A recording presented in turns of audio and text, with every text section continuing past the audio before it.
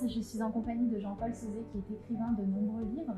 Et tu es d'origine ardéchoise. Tu es né en 1952 en Tunisie. Oui. Et tu as écrit le livre L'ère du profit ou la faillite de l'esprit. Et dans un premier temps, j'aimerais qu'on parle de ton parcours professionnel que tu qualifies de sinueux, manuel et intellectuel. Exactement, oui. Mon parcours est un peu atypique parce que j'ai passé mon adolescence dans une école militaire du côté du Grand Nord, là-bas à Autun, qui était à la fois éprouvant et très formateur. Et avec l'adolescence, j'ai découvert des injustices dans le monde, etc. Si bien que j'ai abandonné très vite la carrière militaire. Et je me suis retrouvé à Montpellier pour faire une licence de maths. Et là, c'était les années 68. Donc, il y avait pas mal d'expériences de retour à la terre, de tentatives de faire une autre société. Et je me suis retrouvé avec des étudiants pour lancer une expérience communautaire, plutôt d'inspiration religieuse et pas politique. Et on s'est retrouvé à Saint-Guilhem-le-Désert, où on vivait très modestement. Et donc, je me suis engagé dans une entreprise de bâtiment. Et c'est ainsi que j'ai pu faire de la maçonnerie après avoir fait une licence de maths. Oui, et tu me disais aussi que cette communauté que tu avais créée a viré à la secte. Donc tu as créé un livre qui s'appelle Les naufragés de l'esprit. Donc c'est quand même curieux. Non, c'est assez classique. Quand un groupe se referme un peu sur lui-même et se donne ses propres règles, très vite la pente de la secte arrive. Et c'est arrivé dans ce groupe. Le plus âgé a pris le pouvoir, grosso modo. Et comme je posais trop de questions, je me suis fait exclure. Et heureusement que je me suis fait exclure. D'accord. Et entre-temps, la communauté m'avait envoyé faire des études de théologie à Bruxelles, si bien que dès la fin des années 70, je me suis retrouvé à Bruxelles pour faire 5 ans de théologie et de Bible. Et pourquoi la théologie après une licence en mathématiques? Bien, bonne question, c'est qu'avec l'adolescence et la découverte du monde, et un peu l'absurdité du monde la société de consommation, etc., il y avait une quête de sens en moi qui était inassouvie. Il fallait que je comprenne ce monde. Et j'ai trouvé dans la théologie une manière de répondre à cette question, même si il n'y avait pas de réponse. Enfin, j'ai trouvé là quelque chose qui répondait à mon désir. Et donc ensuite, tu es devenu animateur auprès de jeunes lycéens. Voilà, puisque j'étais théologien à l'époque, j'ai trouvé du boulot au diocèse d'Orléans, où là j'ai pu être un prof de théologie et j'animais aussi des groupes de jeunes dans un lycée. Oui, que vous dire de plus? Tu as fait une licence de philosophie? Tout à fait, non, un peu rapide là. Oui. Et comme j'étais près de Paris, j'en ai profité pour faire un master d'anthropologie. D'accord. Parce que je me disais, prof de théologie, laïque, c'était pas clair, c'était pas évident.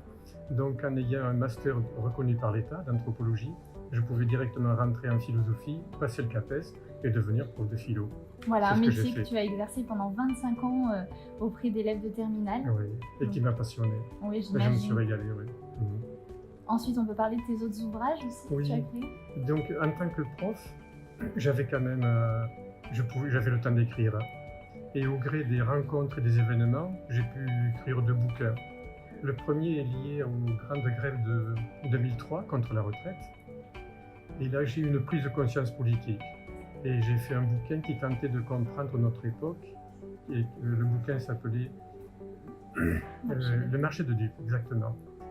Et puis au gré des rencontres aussi, j'avais sympathisé avec le milieu soignant à l'hôpital, qui m'a proposé de faire un cours dans un DU de soins palliatifs. Et c'est devenu un bouquin, La personne en fin de vie, l'édition L'Armatan. Voilà. D'accord. En tout cas, beaucoup d'écrits différents, divers et variés. Oui, quand je tombais sur un os, il fallait que je comprenne.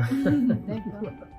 Et j'aimerais maintenant qu'on revienne à ton livre L'ère du profit ou la faillite de l'esprit. Donc pourquoi ce livre? Pourquoi ce livre? Eh bien, il est lié aux grèves donc, de 2003 et du bouquin Marché de dupes. Cette question me taraudait, elle me taraude toujours. Et comment comprendre aujourd'hui ce qu'on appelle la mondialisation libérale? Et donc lié aussi au capitalisme. Si bien qu'à travers l'anthropologie, la psychanalyse, parce qu'entre-temps j'avais fait un master de psychanalyse aussi, enfin toutes ces histoires-là, lentement à moi naissait une intuition et que j'ai mis par écrit, une sorte d'aboutissement de ma réflexion. Donc j'ai abordé l'être humain comme une espèce vivante parmi d'autres. Et je me disais, mais qu'est-ce qui fait la spécificité de cette espèce vivante pour comprendre notre époque? Oui, je partais de loin ou de haut. Enfin, et donc, il y avait pas mal d'études, il y a beaucoup d'études qui sont faites là-dessus.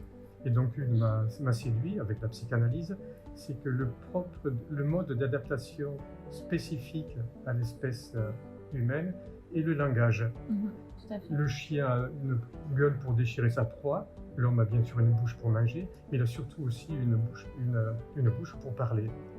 Et par la parole, l'enfant se construit un monde intérieur fait de rêves, fait de désirs, fait de souvenirs, fait de projets, et aussi un monde extérieur.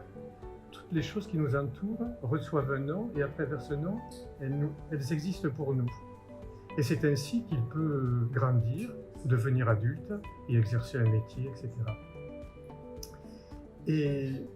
Mais ce langage a une conséquence assez inouïe, à la fois extraordinaire et dramatique, c'est qu'elle révèle chez l'homme une puissance créatrice, une force créatrice, une énergie créatrice qui fait que le monde n'est jamais tel qu'il est, il est toujours tel que nous le représentons, tel que nous le prévoyons, tel que nous l'imaginons.